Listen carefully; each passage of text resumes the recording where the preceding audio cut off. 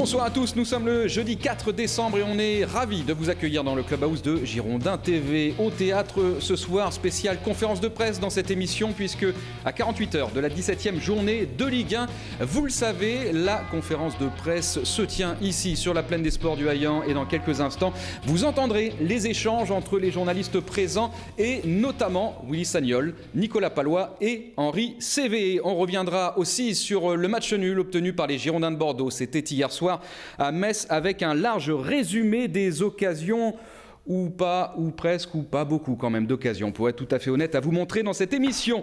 Un reportage également sur une opération de sensibilisation aux plus jeunes joueurs de football qui s'est tenue en début de semaine ici au château. Vous entendrez Jean-Pierre Papin qui était convié à faire part de son expérience auprès, on l'espère, des futures stars des Girondins de Bordeaux. Mais tout d'abord, c'est le flash d'actu présenté par monsieur Olivier Faure. Vous le savez, c'est le tour des infos en marine et blanc et en moins de 2 minutes.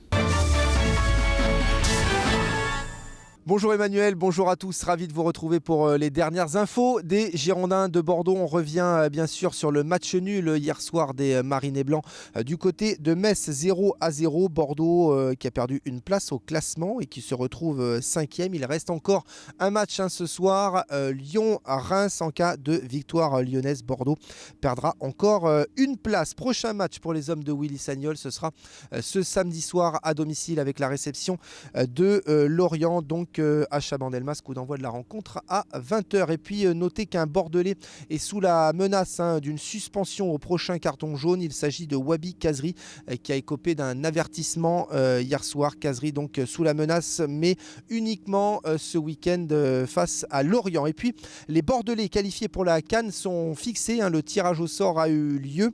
On connaît les adversaires. Le Gabon de Poko affrontera la Guinée équatoriale, le Congo et le Burkina Faso. La Tunisie de Wabi Kazri affrontera la République démocratique du Congo, le Cap-Vert et la Zambie. Le Sénégal de Lamine Sané, le Ghana, l'Afrique du Sud et l'Algérie. Enfin, le Mali d'Abdou Traoré et de Cheikh Diabaté affrontera la Côte d'Ivoire, la Guinée et le Cameroun. Sans doute la poule la plus relevée donc de cette CAN. Voilà pour les dernières infos, Emmanuel. Merci Olivier, je vous propose tout de suite de nous diriger vers la salle de conférence de presse où Willy Sagnol a été le premier à répondre aux journalistes ce matin. Et vous allez l'entendre, notamment sur la rencontre qui s'est tenue hier soir. Pour lui, ce match nul obtenu en Moselle, c'est plutôt un bon résultat. Qu'est-ce qui reste au lendemain, une fois qu'on a dormi, un match comme hier, la déception ou la satisfaction d'avoir pris un point? Une déception de ne pas avoir pris 3 points, oui, mais c'est la déception par rapport à nos rêves les plus fous. On a pris un point et par rapport à la deuxième mi-temps qu'on a faite, c'est un bon point. Qu'est-ce qui fait que vous avez eu des difficultés dans le jeu? Ouais, je pense que nos joueurs, notamment offensifs, n'ont pas forcément été au niveau auquel on les attendait sur le match d'hier. Ça n'a rien à voir avec l'état d'esprit, parce que l'état d'esprit était très bon. Ils ont encore beaucoup couru, ils ont encore beaucoup dépensé.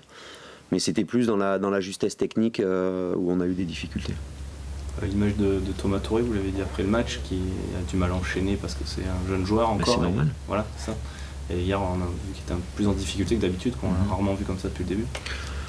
Après, il joue un petit peu plus bas que d'habitude. Thomas, c'est plus un joueur de profondeur. C'est moins un joueur il a plus de mal quand il doit venir s'intercaler entre des lignes. Quand il est un peu plus haut sur le terrain, il est beaucoup plus à l'aise. Mais là, on l'a mis là parce qu'aussi, c'était un choix tactique qu'on avait fait par rapport à un certain jeu dans les couloirs que Metz avait l'habitude de jouer. Lorient, c'est un profil d'équipe un peu mieux pour votre équipe à vous pour jouer? Il n'y a pas de profil mieux ou moins bien. Lorient, c'est une équipe qui a été en difficulté pendant plusieurs semaines, qui a bien redressé la barre maintenant depuis 2-3 matchs. Et ça va être compliqué à les jouer parce que je pense que le match nul aussi contre Marseille leur a donné de la confiance.